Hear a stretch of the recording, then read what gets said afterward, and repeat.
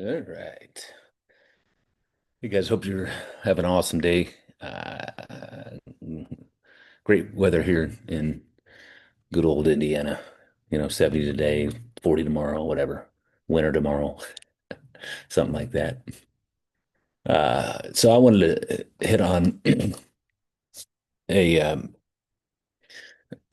more of a NLP training. So what I decided to go through was again, I've talked a little bit about this, in some of these calls, but it's a component that many times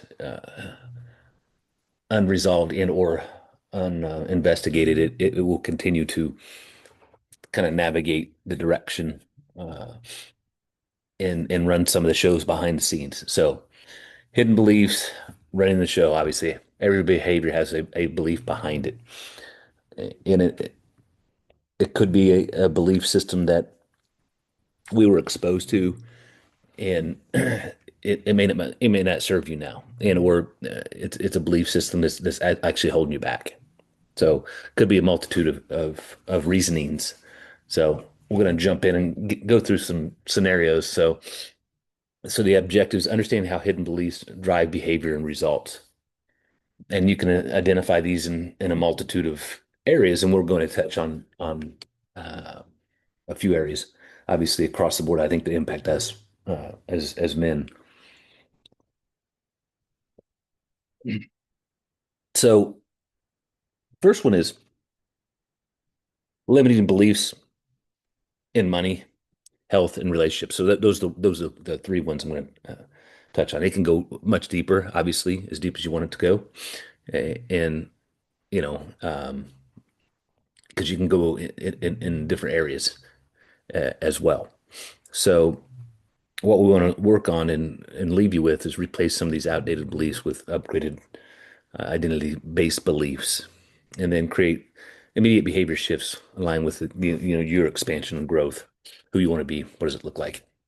So the core principles of this, again, you don't rise to the goals, you operate from your identity and maneuver from that individual that you are becoming. So identity is built on repeated and reinforced beliefs. Every result in your life reflects what you truly believe. Whether you're going to be successful or not, deep down, you have a belief pattern, and or you were exposed to some pattern that's running in the background. So you do have an option and choice, but you do have to do some internal work to identify if some of those programs are serving you. So belief behavior loop. I talked about this in some other um, coaching calls, and I touched on some of these loops and some of these behavior aspects in the past. Again, a belief creates a thought, and or what happens a lot of times is we're exposed to a certain situation or we hear a statement and it becomes a belief, whether it's serving us or not, whether it's true or not. It could be because you believe it's true, then obviously it becomes a thought. Thoughts create emotions, emotions drive behavior, behavior creates results. Results reinforce the original belief. There it is, right? So thoughts create emotion, controlling your emotional state. Emotions drive those behaviors. Behaviors create results. Results reinforce the original belief. So they weren't lying to you when they talked about focus on something, believe in something, and not quite wrong on some of those statements. So overworking executives, I see this all the time. I have some acquaintances and friends in this category. Belief, I'm not working. If I'm not working, I'm not making money. True or false? I used to think that, you know, uh, and I had to go through a belief system and a change that I had to step into a different role of leadership. In the beginning, yeah, I did. I was the main cog, and kind of in a similar situation right now until we uh, build the next team. But you may be the cog and sometimes that can be good and bad.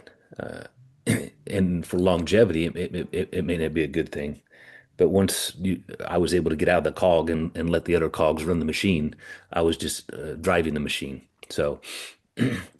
Um, so the thought process was that you always had to be working to make money. It's not true, and most of you guys can resonate with that. In order, you need to evaluate your situation and figure out uh, maybe what have you not considered. If you consider it, it's going to change everything. So, emotion, anxiety, when disconnected, behavior, constant availability, overwork, feeling like this is the only way to do it. I see it too many times, guys.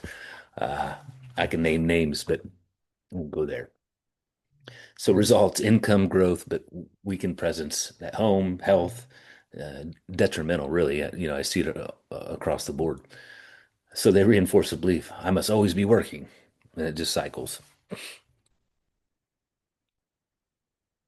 So there may be some hidden programming. That may be a learned component that they watch their father do. Because many of our fathers may have been, tradesmen going out and doing certain jobs, maybe not, maybe a certain profession, and that's all they did, and that's all you've seen. So your thoughts are that's all exist. So I'm going to do it this way, and that's a program. Uh, Now you can expose yourself to a different view and lens of how you provide value and value exchange, and I think that's a big component and a big belief shift.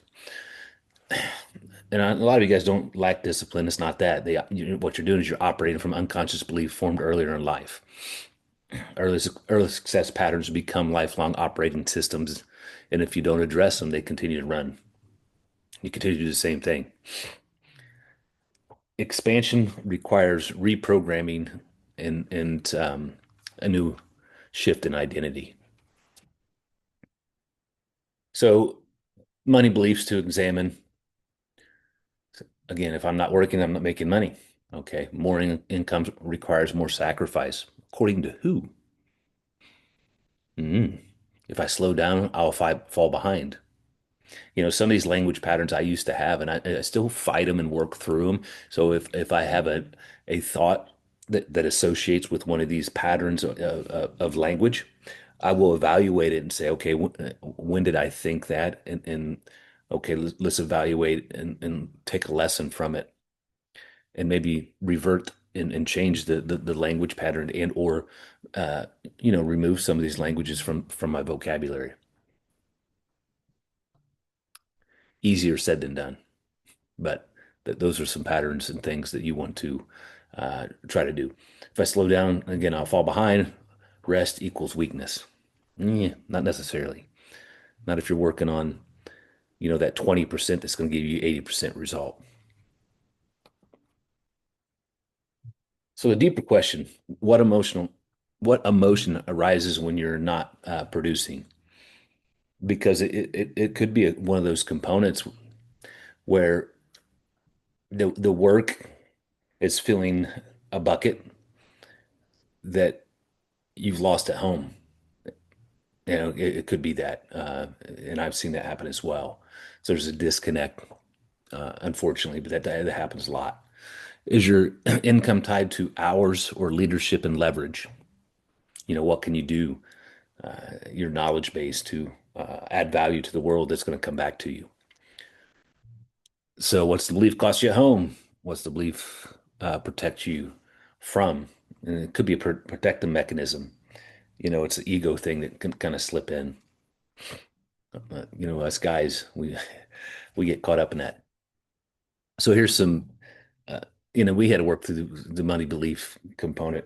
Um, I worked through that. Aaron worked through that in different ways because we had some programs running about that. So uh, I create value, not hours. And again, strategic thinking multiplies income. My leadership increases my earning capacity. Yeah. Expansion happens through clarity, not chaos. Because sometimes we stay in chaos because that's all we know.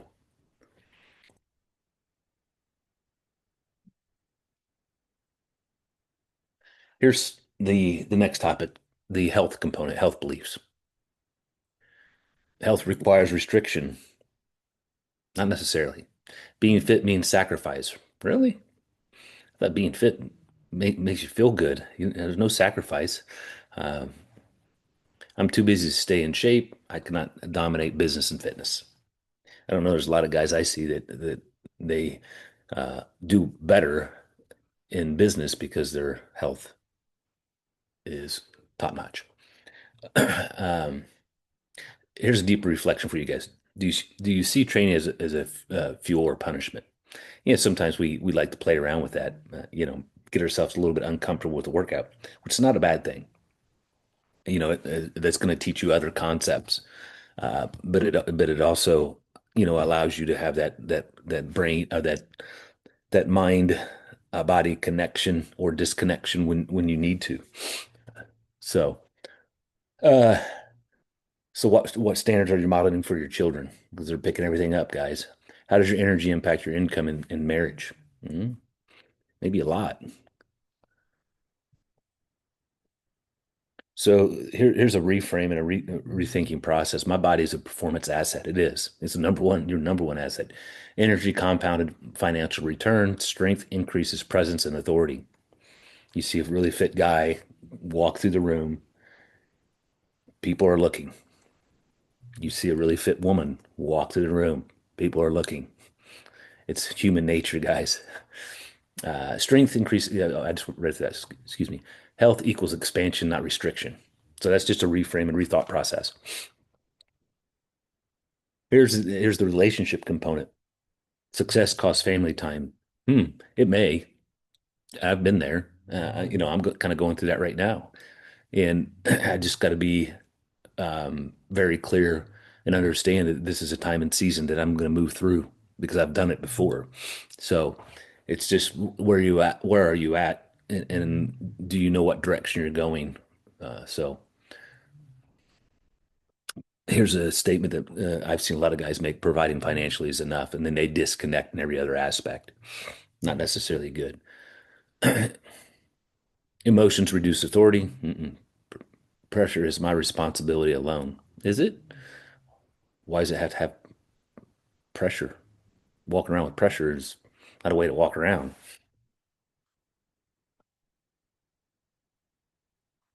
So, relationship and deep reflection. Does your wife have access to you? Are you cut off? And what I'm saying there is an emotional component, communicational patterns. Sometimes we just get stuck in the day to day to day, and then we lose this. I see this too many times, and a lot of times, husband and wife are so disconnected. I don't, I mean, it's kind of sad to see, but it's sometimes, and you see it more often than not. Uh, are you emotionally available or just physically present, and or not even physically present? Would your daughter marry a man like you? Just remember that. Is your family your foundation or your distraction?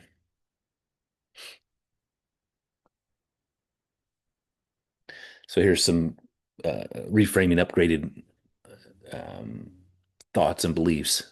Again, you may come up with your own as well. Presence increases power. Emotional depth builds influence. The stronger my home, the stronger my empire. Connection fuels performance. That all sounds great.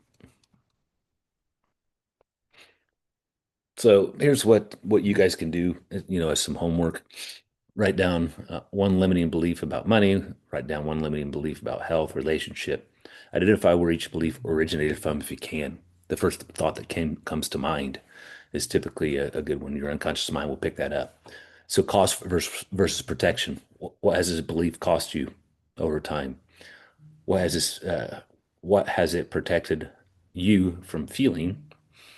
Is this belief still serving the man you want to become? Okay. So you want to replace, do not remove, because obviously you have to maneuver some of the beliefs that where you want to go in the place. They're not replaced with stronger aligned. They are replaced with stronger aligned beliefs of that version of you who you want to be. The new belief must be powerful but believable. Behavior reinforces identity. So what you do, how you show up, how you act, how you present yourself is ultimately a story that you're showing to everyone else. So behavioral integration, if your money belief were true, what would change this week? What, how would you operate in a different format? Okay. If your new health belief were true, what standards would shift? What would be different? So if your new relationship belief were true, what action would you take? What would be different for you? So do that deeper work and identify and write out. So the upgrade component with this, you change your identity, not just outcomes. Your ceiling is your self concept. Expansion requires new internal rules and how you operate in a belief system. Obviously, the person you want to become, and if you want to get out of cycles, you have to uh, upgrade your belief system. So the challenge for the week: notice the beliefs before the behavior, interrupt it consciously. So if you feel that belief popping up that's not serving you, address it. Have some conversation with the unconscious. Kind of figure out where that's coming from. It's an emotional response to it. Replace it with the upgraded belief. Act immediately from that new identity. These are all tools and concepts that we were exposed to in NLP, and we worked through a lot of these components to help realign, Aaron and myself's belief systems and change a little bit of our lens and the view of the world. And it's significantly helped us. So take a look at it, see what you have, see if you have any questions. Hit me up if you want to dig deeper in some of these components. So I'll keep rolling some of this NLP stuff out at you in different formats. I know that there was some other, I think it was the value system. I have to go back and look to see if I have access to it. Just a different way to go through that value system. And some of you have been exposed to that in this program, some of you haven't. So I may next week, if I can get a hold of that new asset, I'll roll through a coaching call on that. So hope you guys have a great evening. Talk with you soon, guys.